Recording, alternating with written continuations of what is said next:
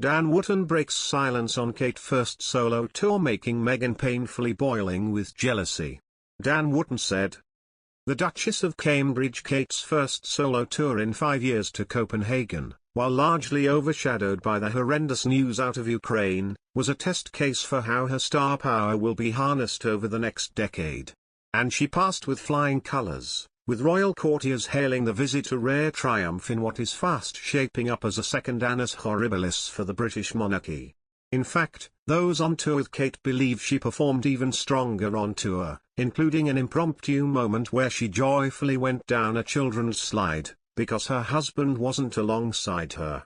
Today I can disclose details of a bold, but quietly implemented, new strategy, which will see Kate become the most publicly prominent female in the royal family.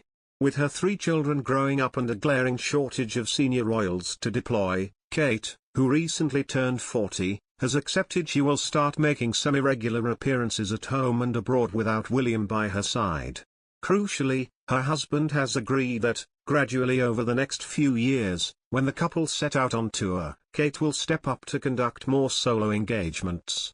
My royal source revealed, what will happen is that when the couple go on visits abroad it will be more like what Charles and Diana did, where they each branch out and do more engagements on their own. They'll go to the same country, but she'll go her way and he'll go his."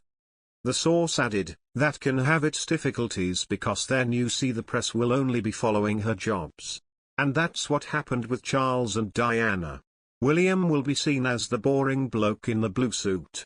The blood royals always make out they don't want the attention, but of course they do. However, William is fully accepting of his wife's popularity. Their marriage is strong. He understands this is an important moment. Intriguingly, it's been Kate who has been reluctant for years to conduct formal business, either behind the scenes or during visits, without her husband.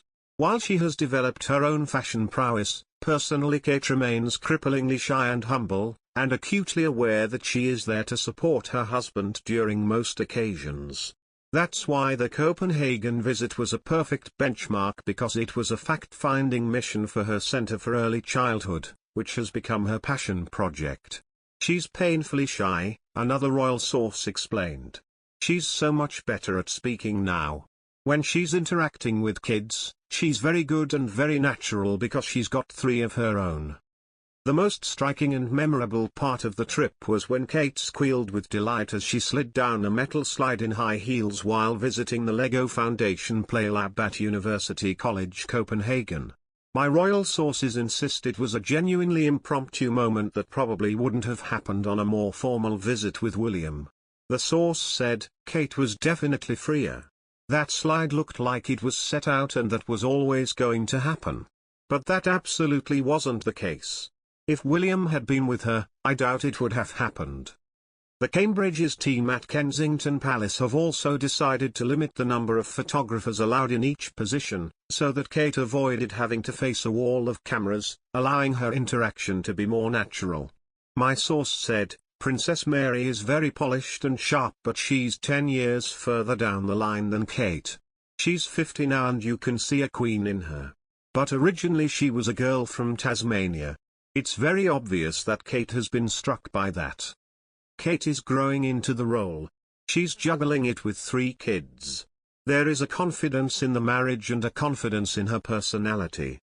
The royal family, and the so-called grey suits behind the scenes, need to nurture that confidence without pushing Kate to do too much too soon. It's obvious that, within years, Kate will be seen as the monarchy's most popular figure and she's ready to step out on her own, as long as it doesn't overshadow her husband to whom she remains so devoted.